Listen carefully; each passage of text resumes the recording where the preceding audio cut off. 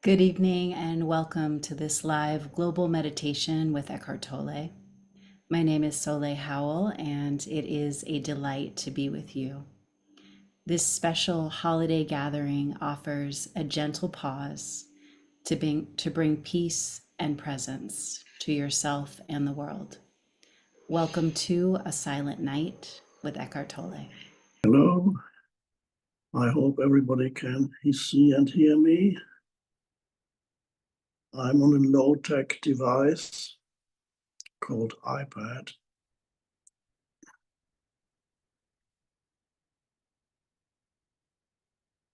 Welcome to the present moment.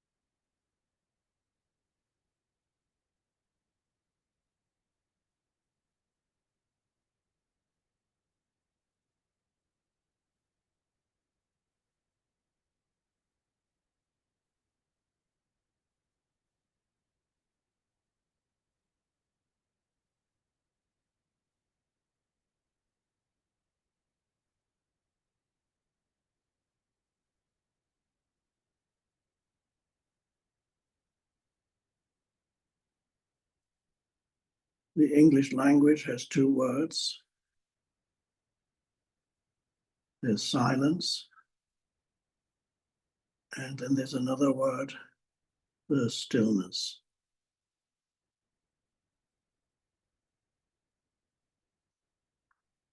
The way I use the words is silence refers to the external world,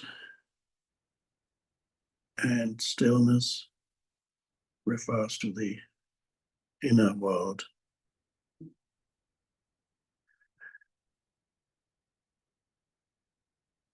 Silence is outside, stillness is within.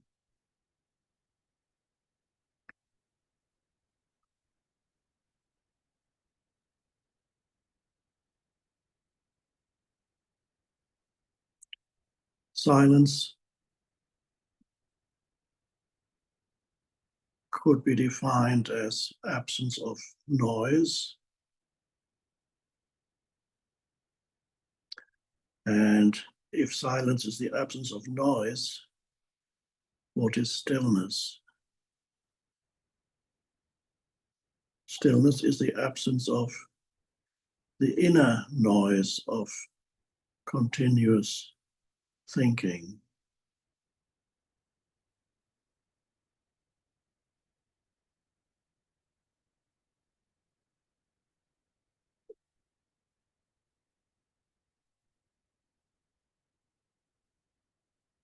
Now, you might encounter stillness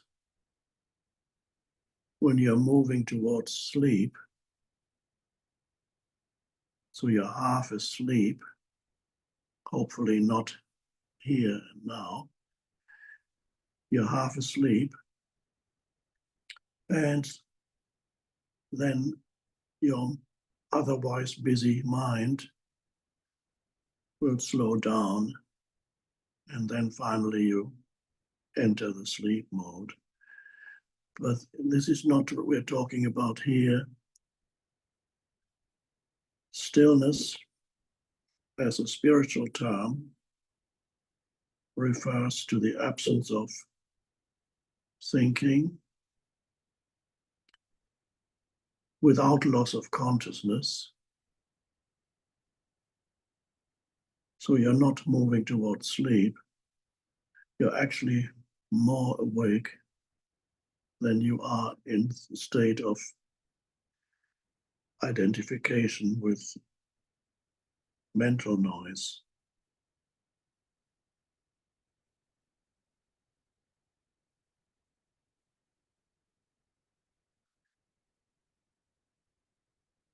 just like to point out before I continue, our session here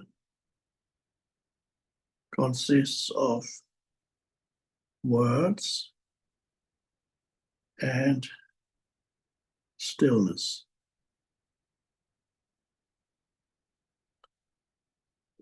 In order to really benefit from our session,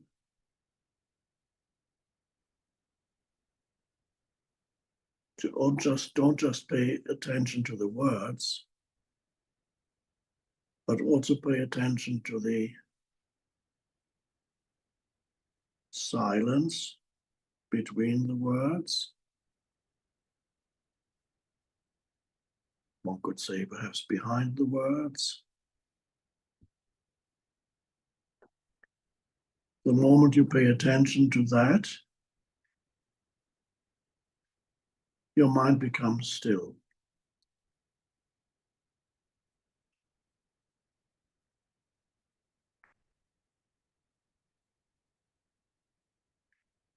Interesting relationship between silence and stillness.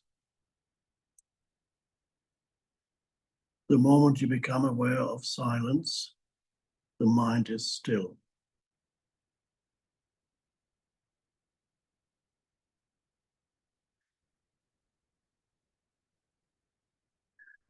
If your mind is very busy, you cannot be aware of silence because you're absorbed in the mental noise in your head. And then silence, even if there is silence around you, you don't really notice it because your mind is still noisy. Or you may feel uncomfortable with silence. And so you might get home from work and immediately have to generate some noise. Turn this on, turn that on. Many people are uncomfortable with stillness. They feel threatened by it. That's a sorry state to be in.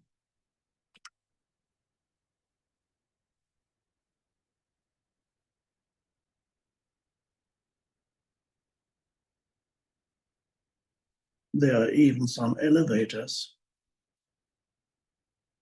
where they play music in the elevator so that you don't have to endure a minute of silence. And if you go to a fancy hotel and you go into the bathroom, you look in the mirror and there's a little smaller segment in your bathroom mirror, and you have a remote lying there. You can actually turn that on, and in your bathroom mirror you have a TV screen. So you don't have to endure the silence while you're shaving or doing your makeup. You can still be distracted by noise. How wonderful. Then you can fill up every moment with noise, as if the noise in your head were not enough. No, you need to add more to it.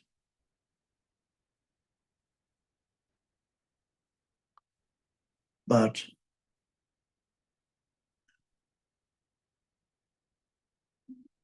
don't underestimate the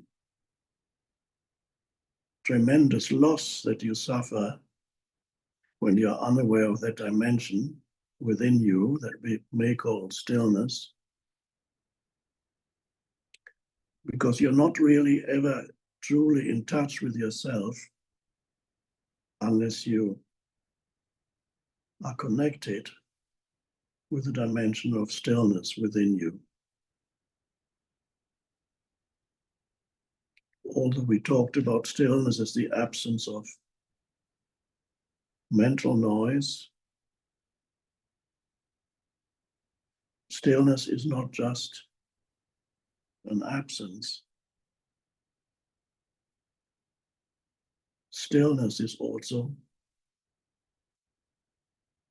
a powerful presence. So there is in that stillness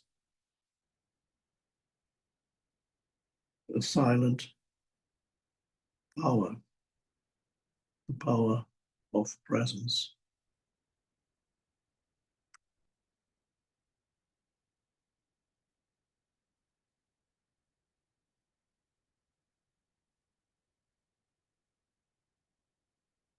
And that is inseparable from who or what you are in the essence of your being.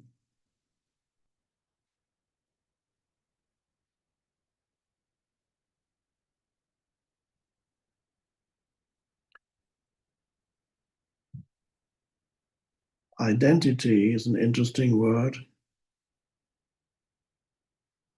People are looking for a more complete, more satisfying,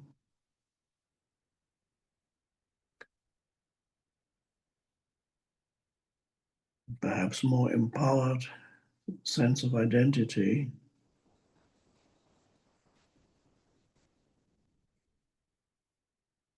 not realizing your true identity is your sense of being. And that is stillness. Stillness is also the sense of being. I am.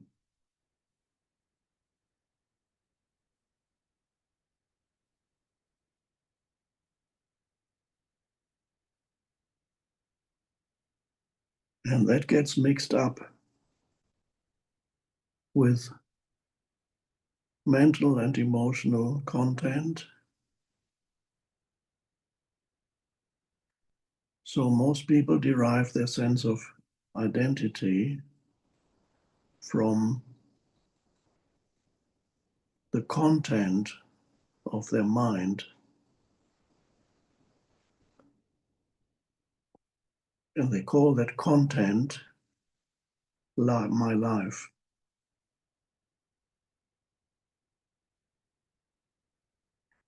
And they fear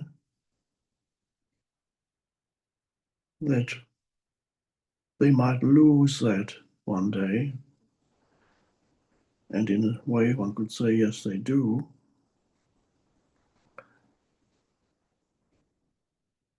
But if you look more closely, what it means, what it feels like to be you, what does it feel like to be I, without reference to memory? So without reference to thoughts, who are you? When you let go of thoughts, which are all past, from the past, accumulation from the past. Who am I? Let's put it in the first person. Who am I without my past? And then that question may take you into the stillness. The question does not have a conceptual answer, although you could formulate one, but the true answer lies in the realization of being.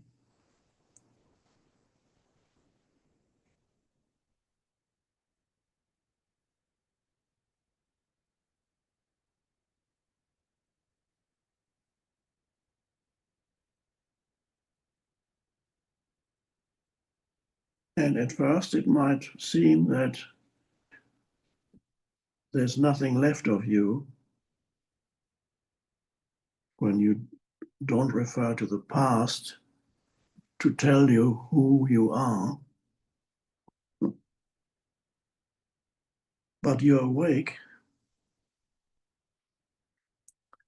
in the present moment, and you become aware that what we call stillness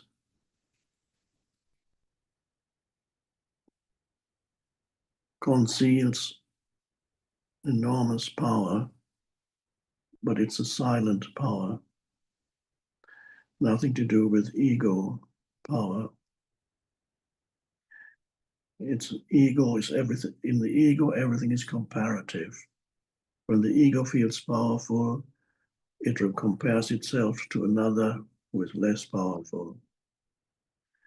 This power is not comparative. It's the one power that resides within every human being, within all life forms, as the innermost essence, and is inseparable from the source of all life that transcends totally who or what you are as a person.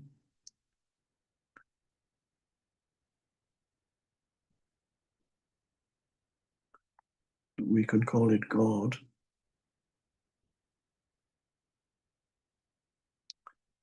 So to realize the stillness, that dimension within you, is the beginning of realizing your connectedness with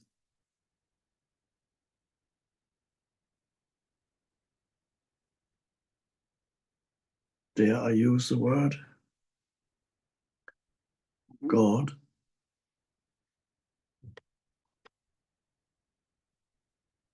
And that's why there's a beautiful saying in the Bible, in the Old Testament,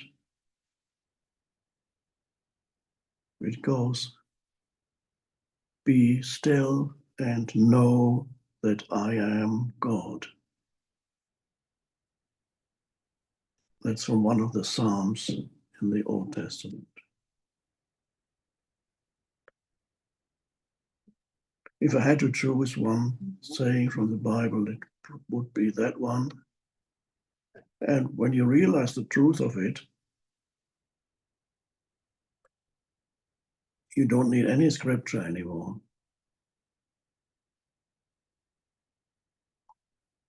So one could say the entire Bible could be summarized in those words.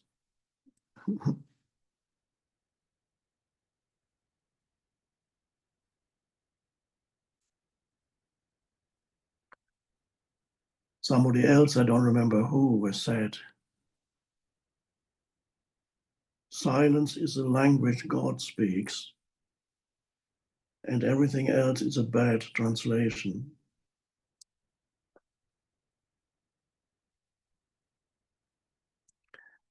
Without connecting with the dimension of stillness, God remains a mental concept.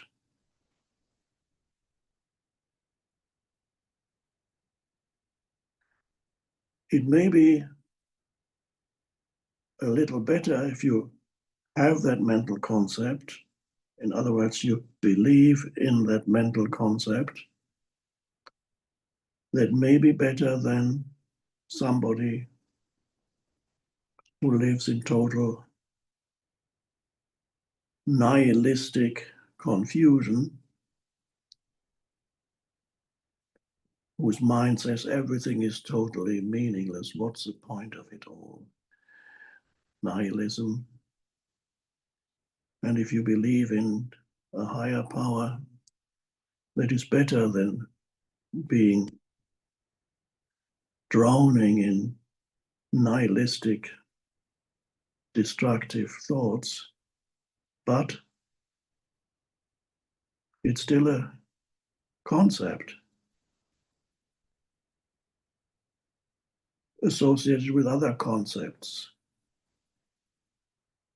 You may have particular interpretation of what God is, who God is.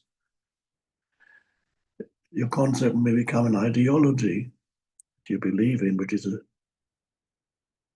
sequence of thoughts in your mind that claim to have absolute reality, but it's still conceptual.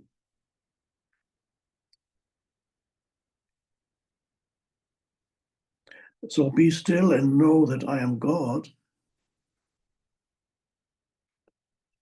is a very wonderful signpost. It says you cannot begin to sense experientially the reality of God unless you become still, or rather, unless you find that dimension of stillness within you. I changed it from becoming still because if I say you have to become still, it implies that there's something for you to do. And that's, again, that's not the stillness of being, doing, being. So if we say, I have to become still, okay, there's something for me to do. But the wonderful news is that dimension is in everyone. The stillness is already there as your innermost essence, covered up by mental, emotional noise. One could say, if you want to summarize what it's covered up by, one could say three things: that innermost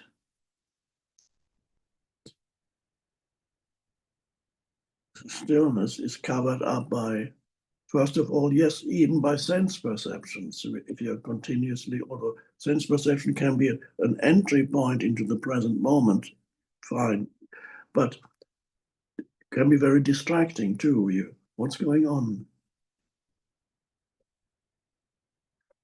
And then all your devices amplify sense perceptions, scrolling, sense. You're continuously losing yourself in the external, so-called external world, and the secondary external world, which is the digital world, which for many people is they inhabit the digital dimension, which is a new thing.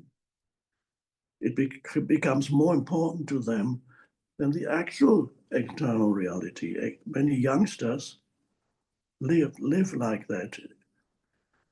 The digital world they inhabit is more important to them than the external world.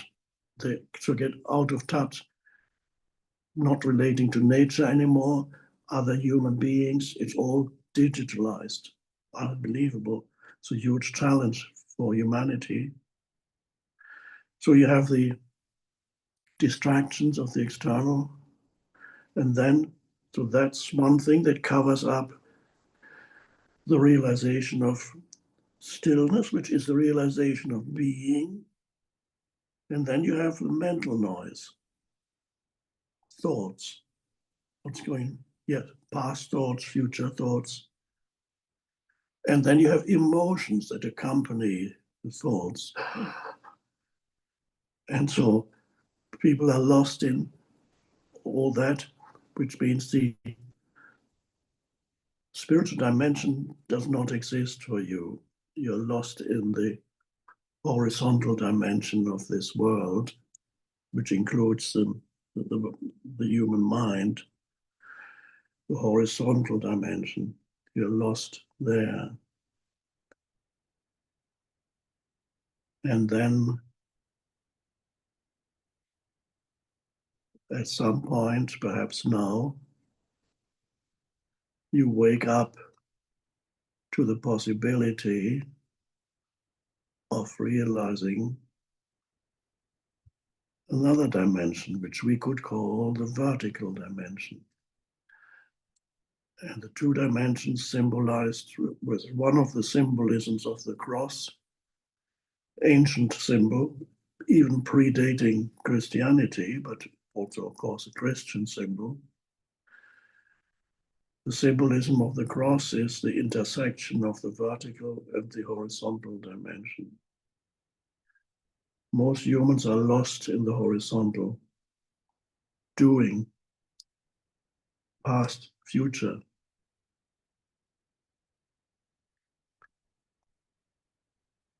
Lost in doing, which includes thinking.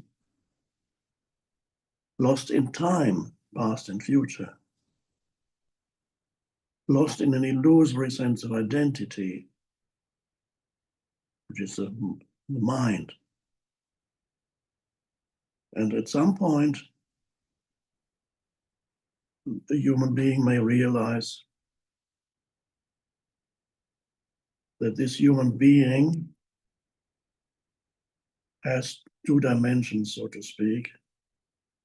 One is the human, horizontal, and the other is the being, the vertical.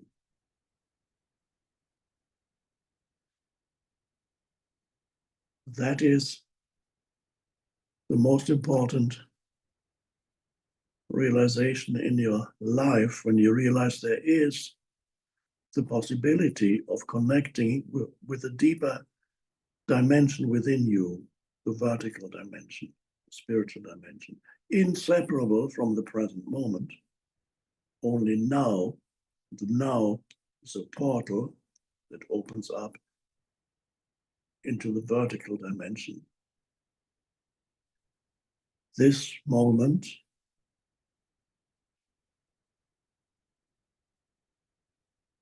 sensing your presence,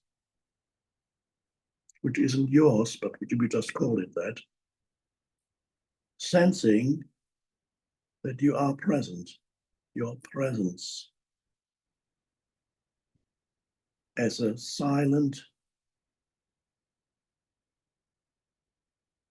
power.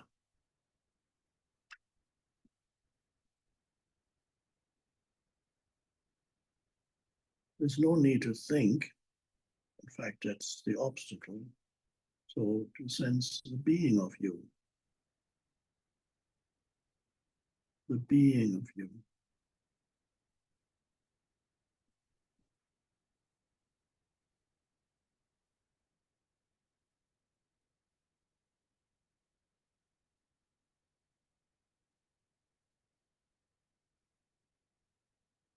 That is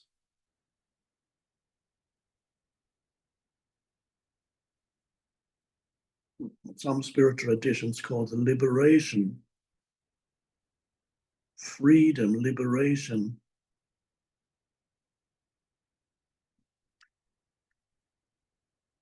From what?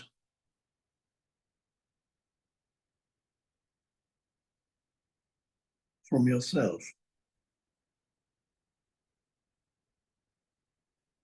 Liberation from yourself. The limited horizontal self, which for a while continues to exist here on the horizontal plane, yes, but something else has arisen in you.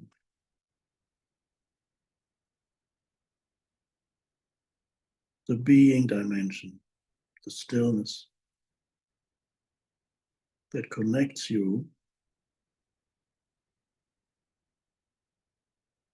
with the realm of transcendence, infinite realm, timeless realm. In that sense, one could say that the presence that you can sense when, just for a little while, thinking subsides, becomes unimportant, but you're fully awake, and you can sense there's a presence that remains.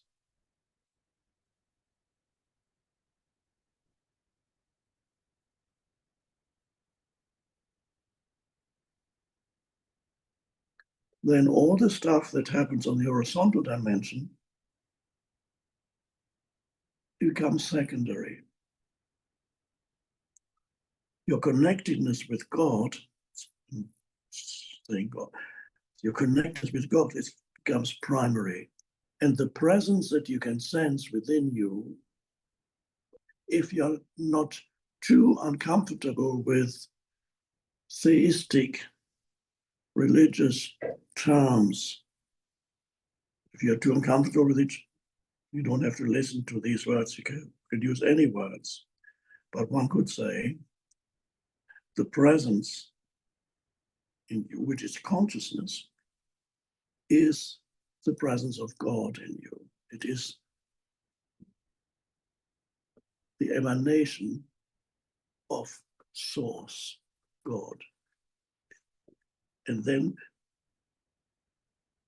it takes temporary form as you, I.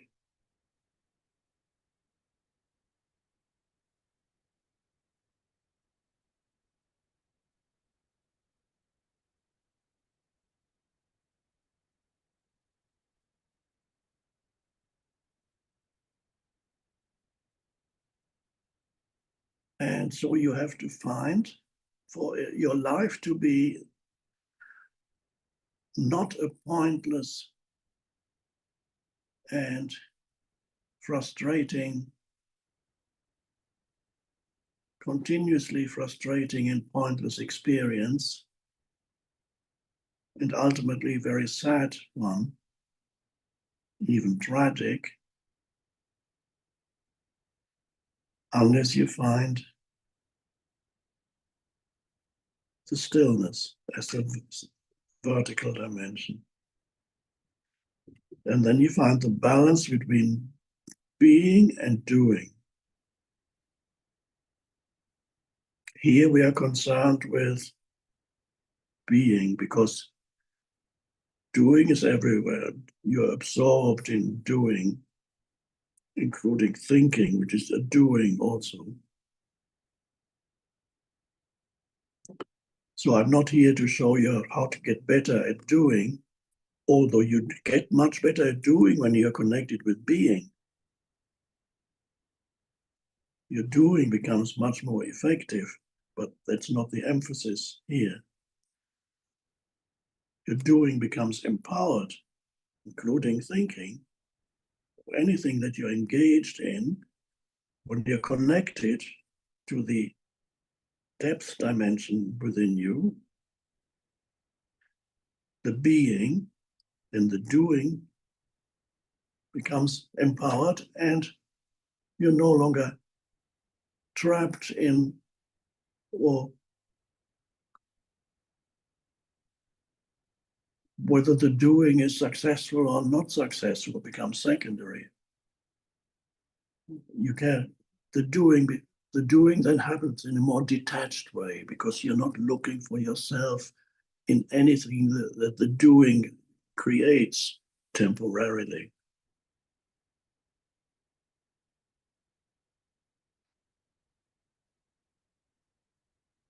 So we are concerned with the being, but the world desperately needs. The craziness of the world is a manifestation of the absence of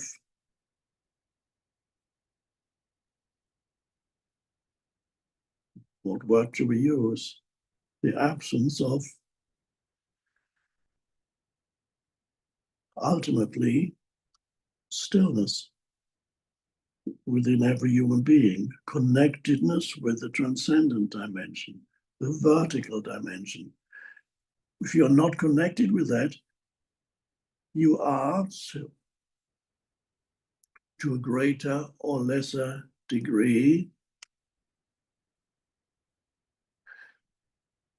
dysfunctional in this world. To a greater or lesser degree, you contribute to the suffering of this world. And you're sometimes in a very small way, maybe the only person you make suffer is yourself through unconscious thinking, or on a bigger scale, maybe you become an unconscious politician then you can contribute to the suffering on a bigger scale. On a smaller scale, you contribute to the suffering through continuous unnecessary conflict in personal relationships and so on, all to do with the fact that you don't know who or what you really are. You're not liberated from yourself, the self that the Buddha called delusion. And even Jesus said, deny thyself. That is the limited, time-bound self.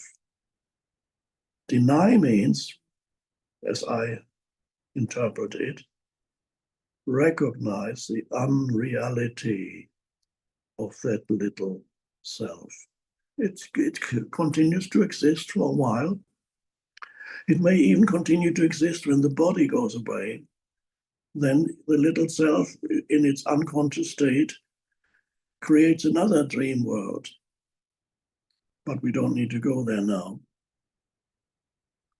You go from one dream into another, from one dimension into the astral plane, and then we continue to dream.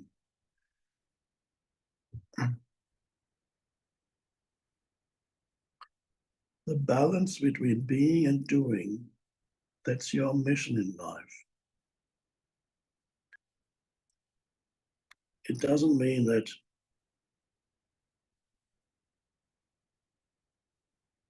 you're either in the being mode or in the doing mode.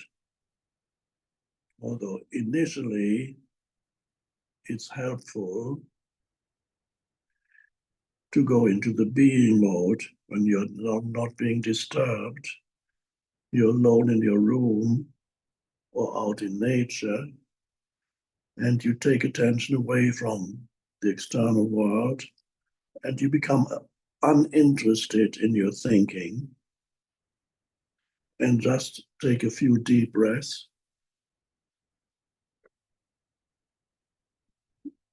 Deep breaths, not overdoing it, just comfortable deep breaths. Breath can be a very helpful opening into that dimension. And you breathe into the abdomen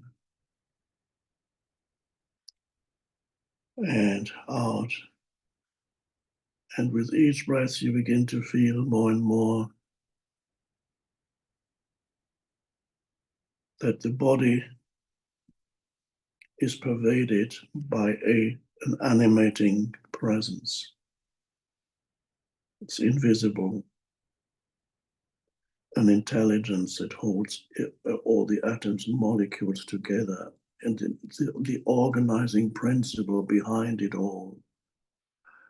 And that's the bridge between the transcendent dimension and this so-called physical dimension. Is you begin to feel the invisible inner body, the bridge between the two realms. That's already a wonderful liberation if you can feel the animating presence that pervades every cell in your body. And then you suddenly feel alive. And that has nothing to do with your past or your future, or who or what you think you are. You feel there is a sense of aliveness that pervades your entire body. That's the bridge between this dimension and the transcendent. And that's already the beginning of that's where you touch the stillness. The body is the opening, the inner body.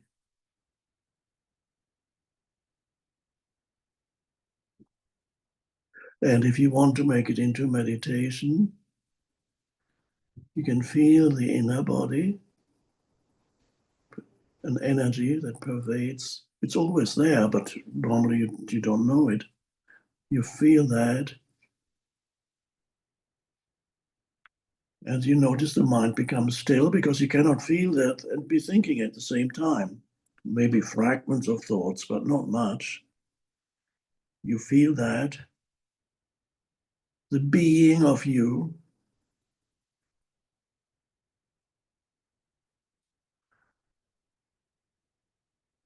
that is more essentially who or what you are than any mental construct that tells you who or what you are.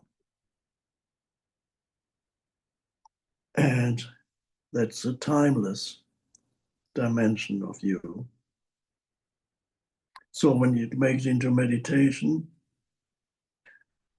you may want to close your eyes and feel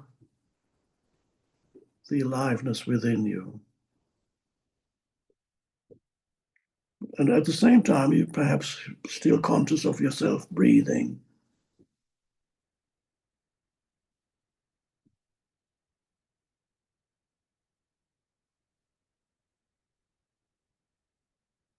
You're conscious of yourself breathing, and you can sense the aliveness that pervades the entire body. And then, as a next step, perhaps you even let go of the image of your body that you still have in your mind and just pay attention to that sense of beingness or aliveness. And then what's left, you forget about the body completely. If you no longer have a mental image of body, but you still have the a very powerful sense of beingness or presence.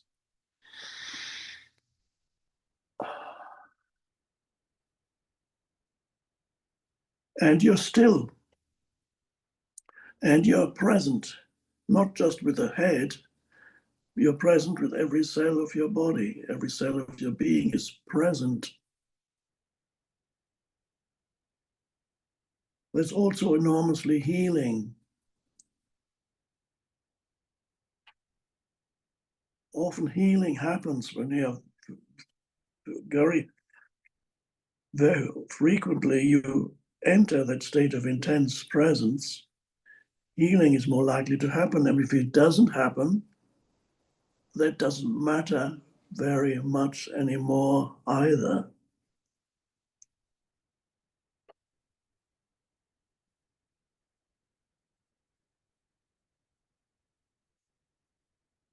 And then the art of living consists in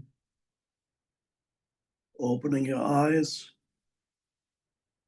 looking around without completely losing that sense of beingness or presence at the inner body. Without completely losing that, you become aware of your surroundings. And in the background, you can sense the being of you. And then you even may start thinking. You have to think sooner or later. You have to do some thinking, and you will. And yet, even while you think, in the background, you can sense the being of you. And when you listen to another person, you're having a conversation, while you are listening, you can sense yourself as the being that is actually the power behind the listening. That's the consciousness that makes the listening possible. So you listen to that person, but at the same time, you're aware of yourself as the being, which is the consciousness without which there would be no listening or any sense perception. You're aware of your essence. And the rest of your life is a practice of balancing, being in the two worlds, the being and the doing world, horizontal and vertical dimension. That is your contribution to world peace. That's the real peace cannot arise except from that realization in human beings. And don't underestimate the importance of your state of consciousness as far as the state of the collective human consciousness is concerned.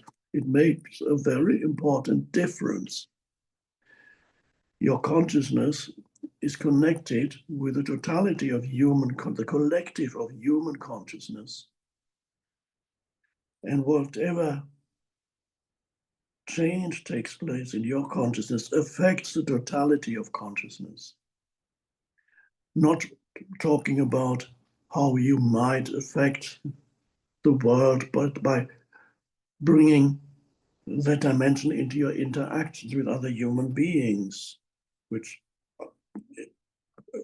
what happens when you're connected with the being dimension, when you interact with other humans, regardless of their ego, there is an outflow of benevolence or goodwill towards the other that comes from that deeper place, not the personality.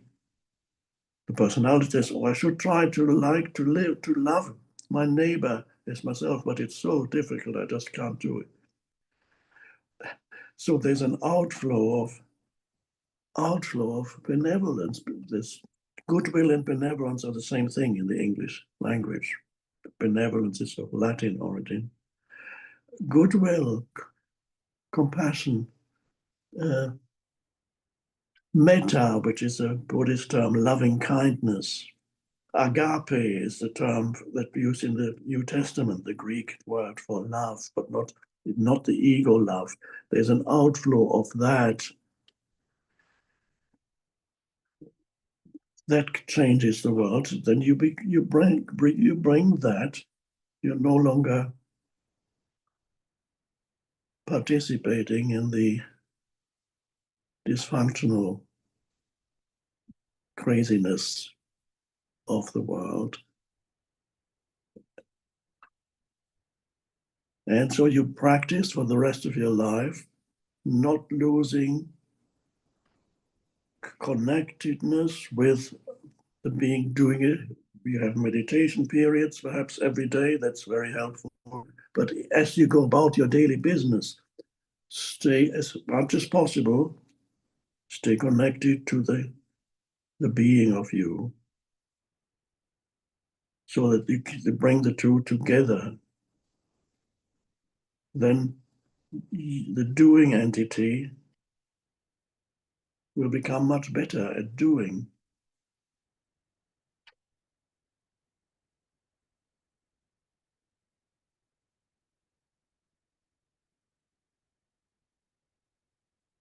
But that's not why you're engaged in this. Doing becomes secondary.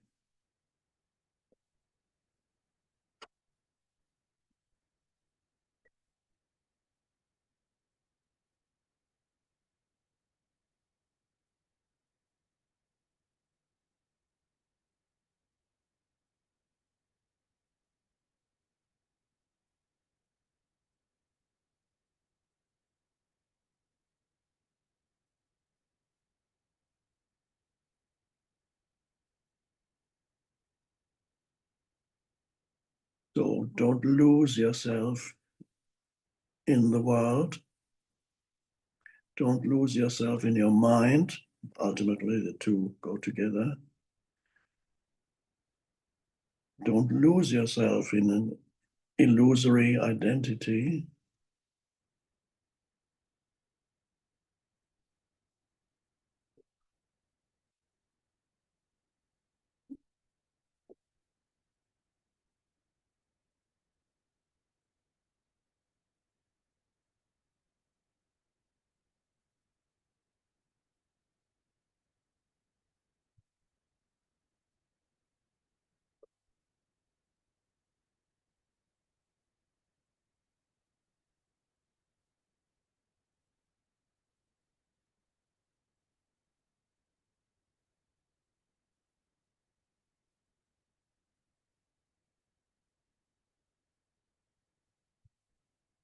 I mentioned at the beginning silence and stillness.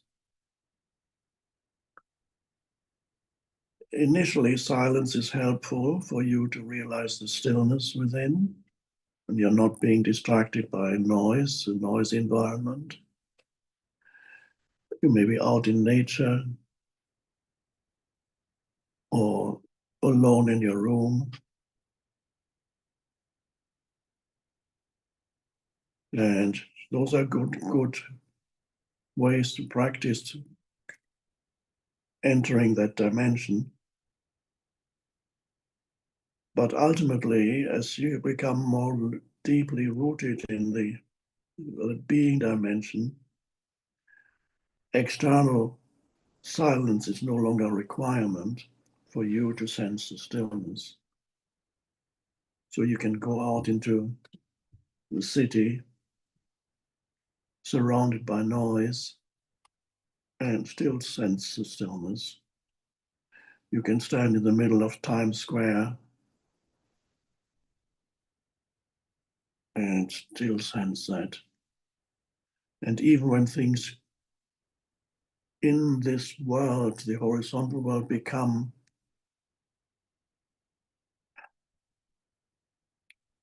fragile, well, they're always fragile, when things loss occurs on some level, sooner or later you will experience uh, the challenges of this world, and you experience some kind of loss or the threat of loss, whether it's loss of your so-called your life as a physical being, or loss of possessions, or loss of status, or loss of security.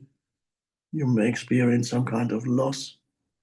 And then it's really, if you don't have the connectedness with being, it becomes devastating. And you become a deeply unhappy person. Some people, when they lose everything external, they kill themselves. They had never had any connectedness beyond stuff that they identify with. So when loss comes, it's so important to have that connectedness. And you, of course, you're not happy when you lose something. You just don't say, "Oh, great, I've lost all my money, and or I'm sick and I may die soon." Okay, you may not be happy, but there's something far deeper than happiness or unhappiness that is there in you. And whatever loss it is, you see it on the human level. You may be sad for a while, and you will be if somebody close to you dies, passes away. You will be sad for a while, for some time. But will you be totally devastated? Only if you have not no connectedness with the spiritual dimension, the transcendent dimension, stillness within you, whatever you want to call it, then it's terrible. But if you have that connectedness, what can happen after the initial sadness, when you experience loss, there comes a point where you more easily surrender into a state of acceptance. And then when loss occurs and you surrender to the loss, the realization of being becomes intensified and deepens. And that is what somewhere in the New Testament is called the peace that passes all understanding. You cannot explain then, well, now perhaps you can. You cannot explain why you feel that deep peace when you've lost so many things externally. So loss can intensify the realization of being, but when you're not yet deeply connected with the being dimension, then loss can take you out of it and you lose yourself again in the suffering of this world. So this is a wonderful preparation for when loss does occur. Obviously, it occurs sometimes when you least expect it, whatever kind of loss it may be. And you can now recognize it as a potentially deepening your realization of being, and that you experience the peace, deep inner peace that does not depend on externals. That's the whole essence of spirituality.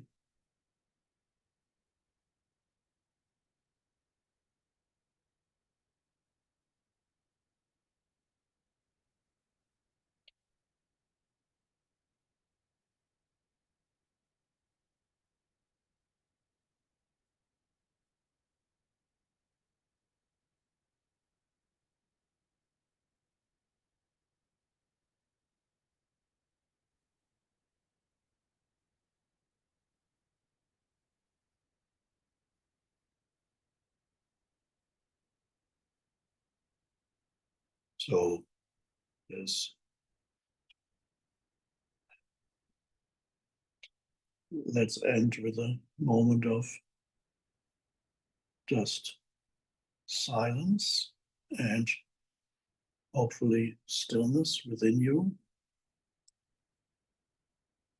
And have the same place when you listen to the news, if you do listen or watch the news tonight or tomorrow, if you still do that, then see if you can be in that state of presence while you listen so that you don't lose yourself in the craziness of the world, but become a force for sanity.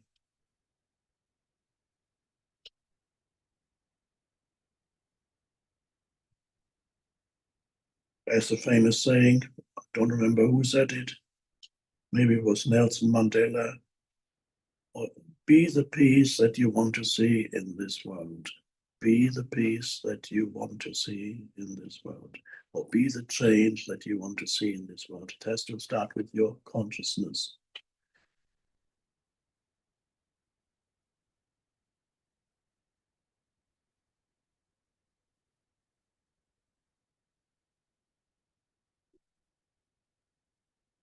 So, according to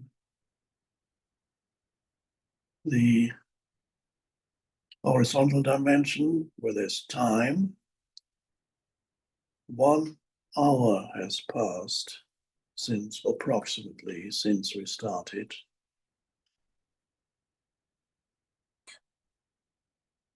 But it's only really been an exploration of the vertical dimension in the present moment.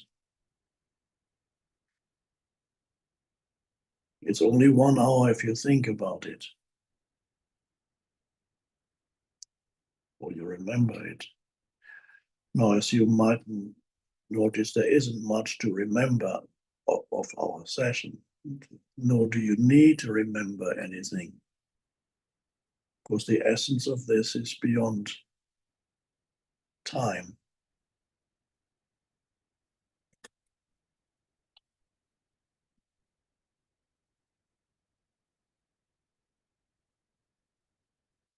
Thank you. Thank you for being here.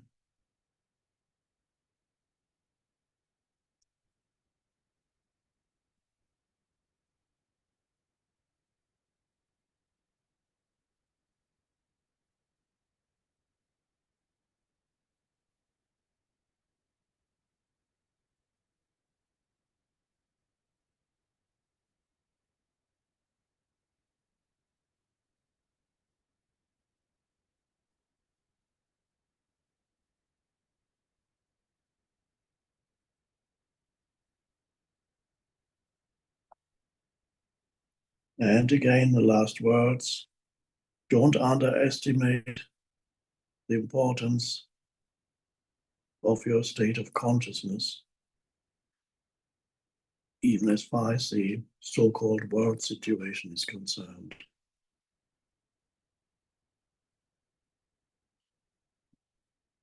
Thank you.